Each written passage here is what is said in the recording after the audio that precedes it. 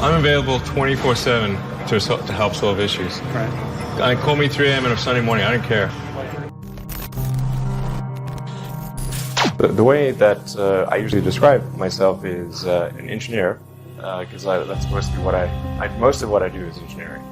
So I spend most of the week with my engineering and design team working on the current car and future cars and the rockets and spacecraft and that kind of thing. When I was a kid, I didn't really have any grand designs. I mean, the reason I started programming computers is because I like computer games. And I play lots of computer games, and I learned that if I wrote software and sold it, then I could get more money and buy better computers. So it wasn't really, with some grand vision or anything. When I was growing up, I'd read lots of books, and they were very often set in the United States, and it seemed like a lot of new technology was being developed in the United States. So I thought, okay, I really want to work on new technology, so I want to get to Silicon Valley. I tried at first to convince my parents to move to the US, but neither of them would move. They were divorced, and so eventually I was able to get my Canadian citizenship because my mom had been born in Canada. So I moved first to Canada by myself when I was 17, and then a few years later I moved to the US. The reason I came out to Stanford was actually to work on energy storage technologies for electric cars. That summer of '95, I was looking at the internet, and it seemed to me like the internet was going to have a big effect on humanity. So I thought, well, I can either work on electric vehicle technology and do my PhD at Stanford and watch the internet get built, or I could put my studies on hold and try to be part of the internet. And at first I tried to get a job at Petsgate because that was the only internet company, and they didn't respond to me. And I was like, okay, if I can't get a job at the only internet company, then I better try starting something. But I talked to my professor and I said, look, I'm going to try starting a company. It's probably not going to succeed. And if it doesn't succeed, can I come back? He said, sure, no problem. And so I put my studies on hold and started the company. Did some internet stuff, one of which was PayPal. I think maybe it's helpful to say one of the things that was important then in the creation of PayPal was kind of how it started, because initially the initial thought was with PayPal was to create an agglomeration of financial services, so to have one place where all your financial services needs would be seamlessly integrated and work smoothly. And then we had like a little feature which was to do email payments, and whenever we'd show the system off to someone, we'd show the hard part, which was the agglomeration of financial services, which was quite difficult to put together. Nobody was interested. Then we'd show people email payments, which was actually quite easy, and everybody was interested. I think it's important to take feedback from your environment. You want to be as closed loop as possible. We focused on email payments and really try to make that work, and that's what really got things to take off. But if we hadn't responded to what people said, then we probably would not have been successful. Going from PayPal, I thought, well, what are some of the other problems that are likely to most affect the future of humanity? It really wasn't from the perspective of what's the rank-ordered best way to make money, which is okay, but it was really what I think is going to most affect the future of humanity. So I think the biggest terrestrial problem we've got is sustainable energy, but the production and consumption of energy in a sustainable manner. If we don't solve that this century, we're in deep trouble. And then the other one being the extension of life beyond Earth to make life multiplanetary. So the latter is the basis for SpaceX, and the former is the basis for Tesla and Solar City. When I started SpaceX, initially I thought that, well, there's no way one could possibly start a rocket company. I wasn't that crazy. But then I thought, well, what is a way to increase NASA's budget? That was actually my initial goal. So I actually went to Russia 3 times to look at buying a refurbished ICBM. I can tell you it was very weird going there in late 2001, 2002, going to the Russian rocket forces and saying, I'd like to buy two of your biggest rockets, but you can keep the nuke. They thought I was crazy, but I did have money, so that was okay. Particularly if you're starting a company, you need to work super hard. So what does super hard mean? Well, when my brother and I were starting our first company, instead of getting an apartment, we just rented a small office and we slept on the couch.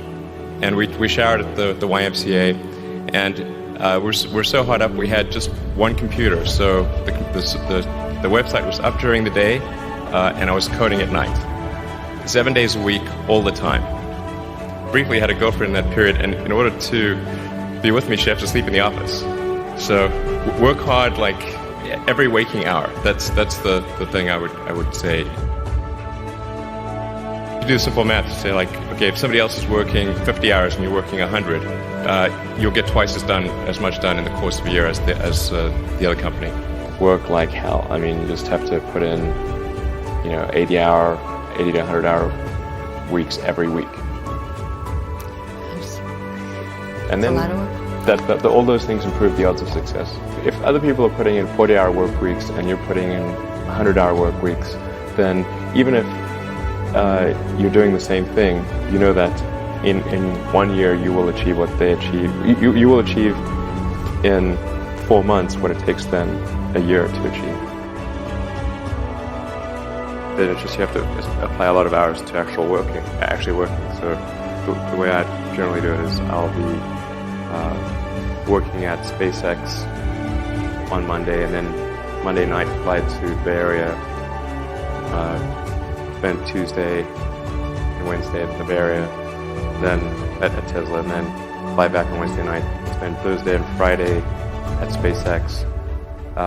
In the last several months, then I would fly back here on a Saturday and either spend Saturday and Sunday at Tesla or spend Saturday at Tesla and Sunday at SpaceX. So 7 days a week, sleeping in the factory. I worked in the paint shop, general assembly, body shop. You ever worry about yourself imploding? Like it's just too much? Absolutely. No one should put this many hours into work. This is not good. And people should not work this hard. They should not do this. It's very painful. Painful in what sense? It hurts my brain and my heart. This is not recommended for anyone. I just did it because if I didn't do it, then Tesla, good chance Tesla would die.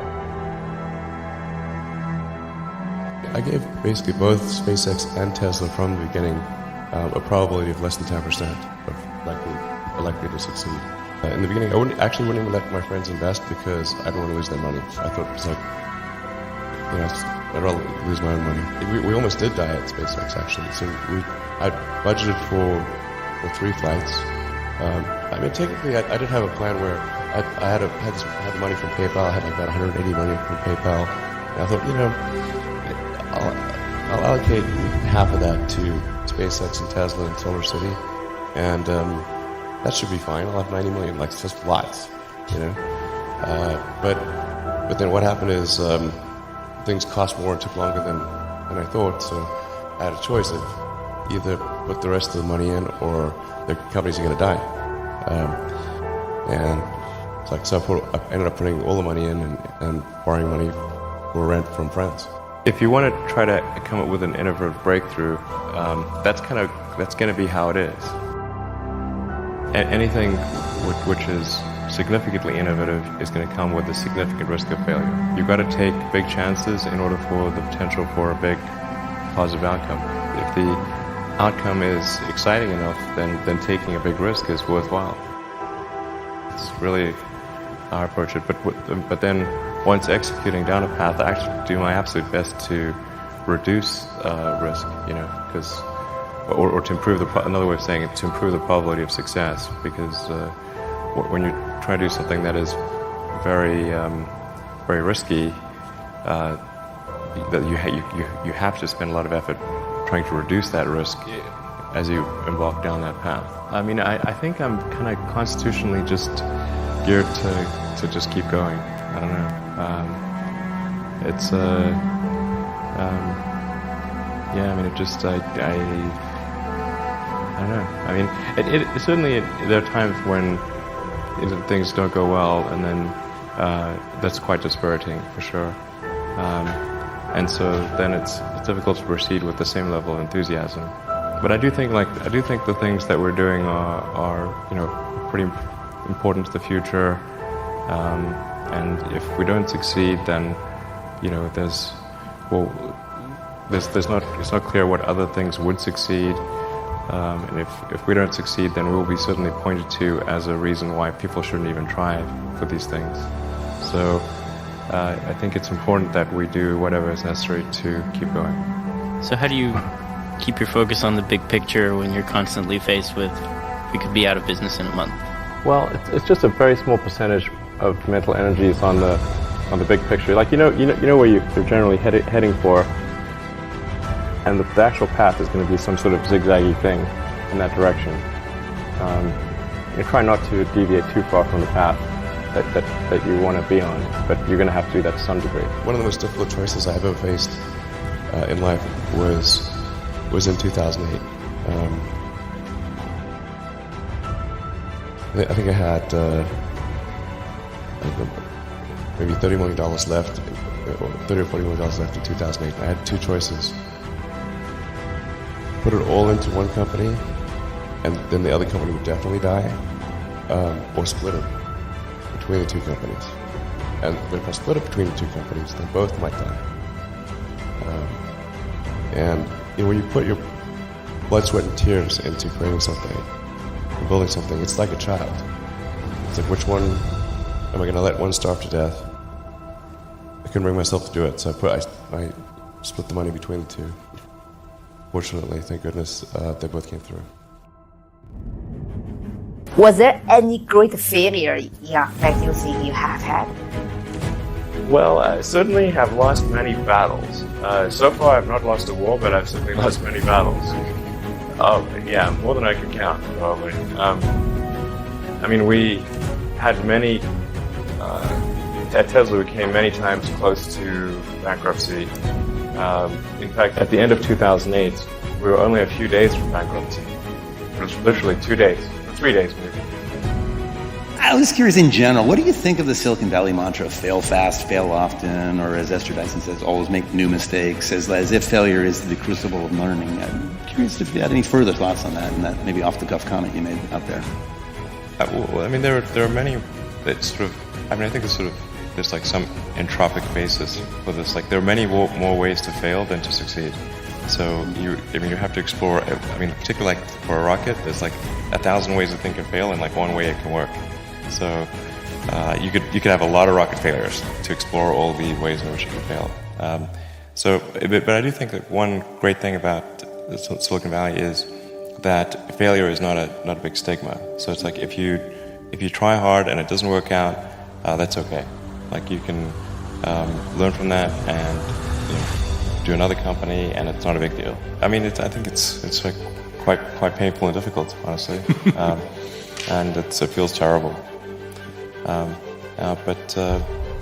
I mean, the company is sort of looking to me to rally them, and so I do. But I honestly feel super bad. Space is hard, and rockets tend to fail, unfortunately. Even when you've got like a lot of really smart people working super hard to minimize the probability of failure, it's still there, and it's quite significant. And people have asked me like, well, why are rockets especially hard?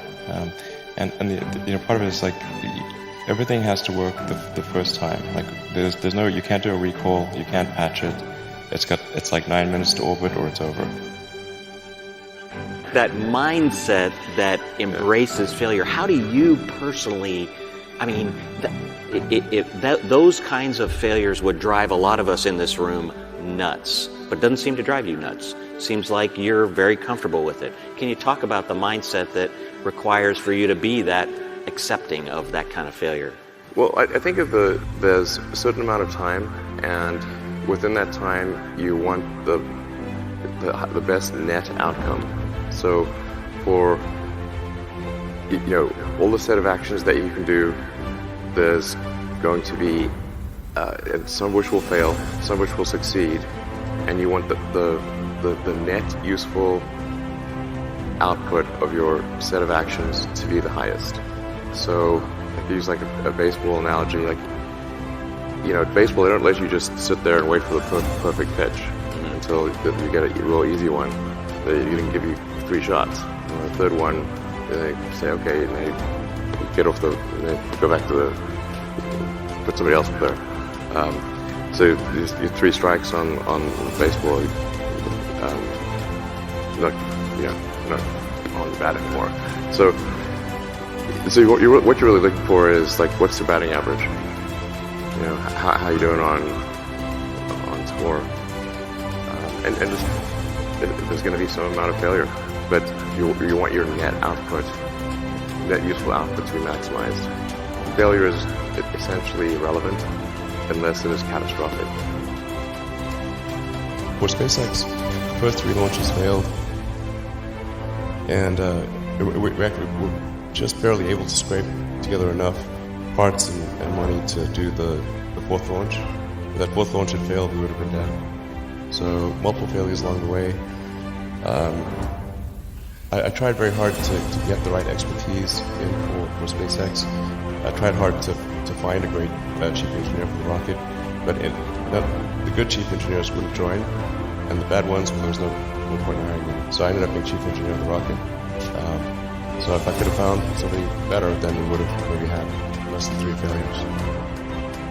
How do you think about making a decision when everyone tells you this is a crazy idea? Or where do you get the internal strength to do that? Well, first of all, I'd say I actually think I feel fear quite strongly. So it's not as though I just have the absence of fear. I feel it quite strongly.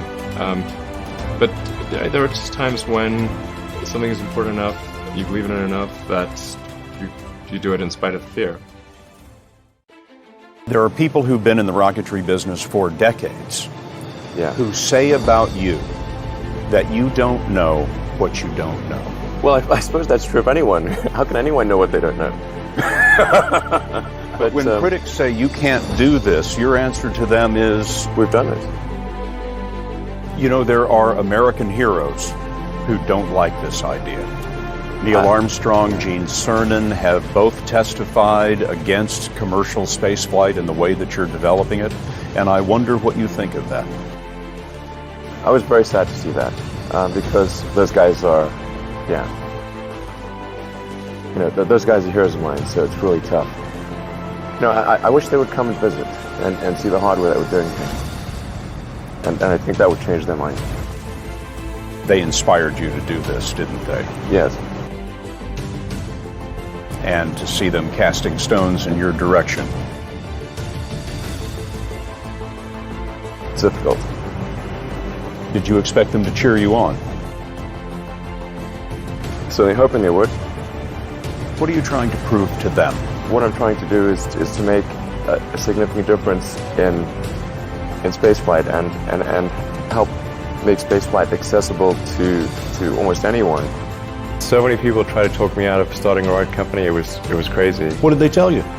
One good friend of mine collected a whole series of videos of rockets blowing up and made me watch those. He just didn't want me to lose all my money. We're doing these things that seem unlikely to succeed, and we've been fortunate, and at least thus far they have succeeded. Generally, starting a business, I'd say number one is have a high pain threshold. That's it. There's a friend of mine who's got a good saying, which is that starting a company is like eating glass and staring into the abyss. Okay, that's generally what happens, because when you first start a company, there's lots of optimism and things are great, and then so happiness at first is high. Then you encounter all sorts of issues, and happiness will steadily decline, and then you'll go through a whole world of hurt, and then eventually if you succeed, and in most cases you will not succeed, and Tesla almost didn't succeed, came very close to failure. Then if you succeed, then after a long time you will finally get back to happiness. Frankly, starting a company, I would advise people to have a high pain tolerance. It is definitely true that I mean, maybe there are occasionally companies that get created where there's not an extended period of extreme pain, but I'm not aware of very many of such instances. But I do think that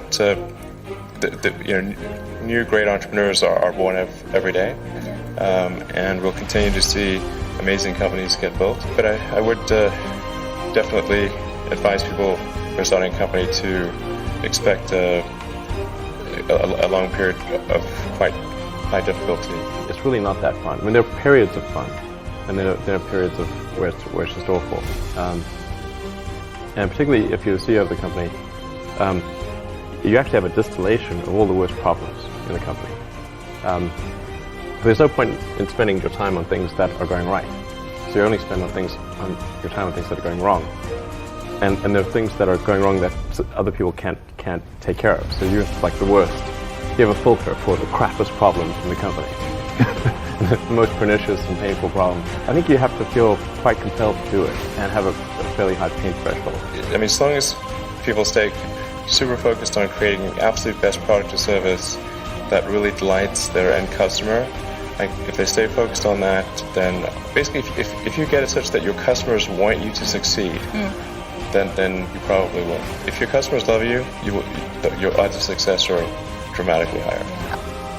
For somebody who's just starting out as an entrepreneur, I think the internet is a great place to start. Because if you're just starting out, unless you've got a ton of capital that somebody gave you or you inherited or something, you have to start a company that requires a small amount of capital, where it's heavily weighted towards the intellectual capital in your head. So I think anything to do with sort of software and with the internet is a really good starting point.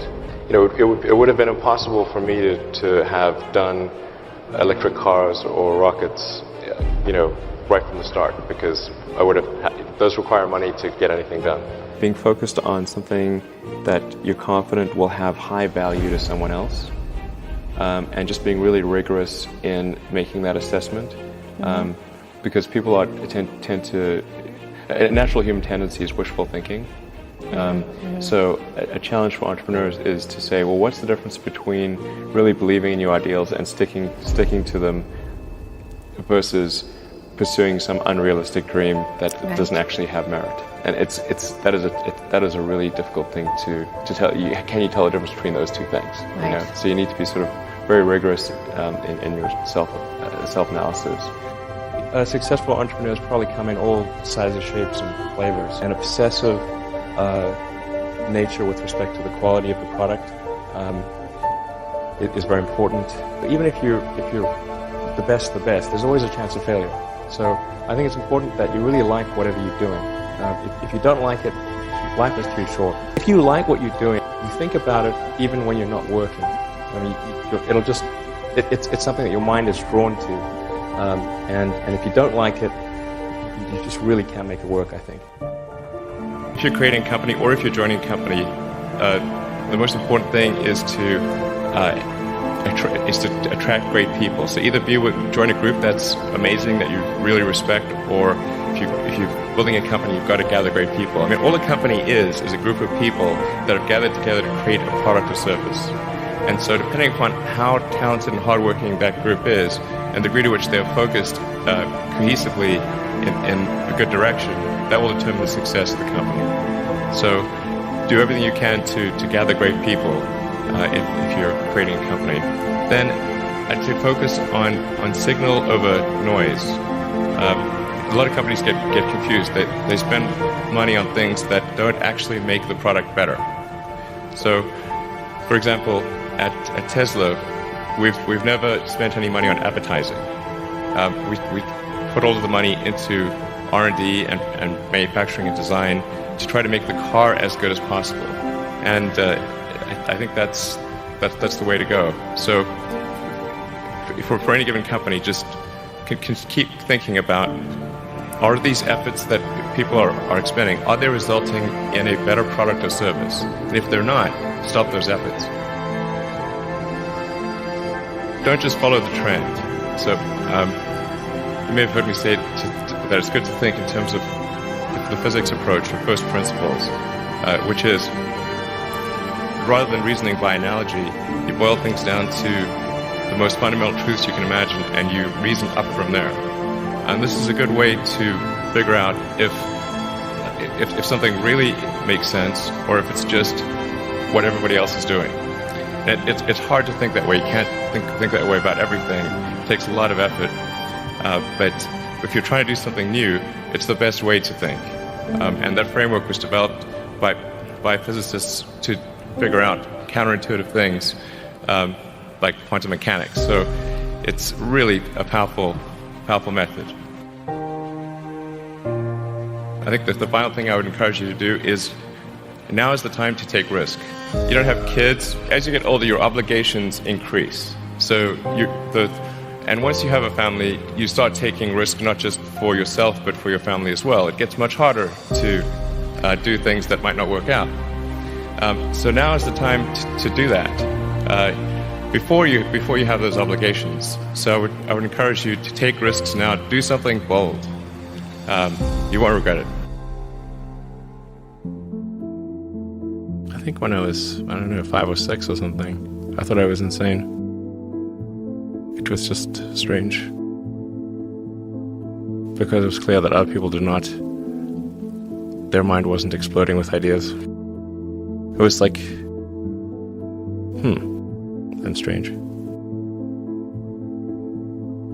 I don't think you'd necessarily want to be me. It's very hard to turn it off. It's like a never-ending explosion. All the time. When I was a kid, I was wondering kind of what's the meaning of life? Why are we here? What's it all about? Came to the conclusion that what really matters is trying to understand the right questions to ask. The more that we can increase the scope and scale of human consciousness, the better we are able to ask these questions. There's certain things that are necessary to ensure that the future is good.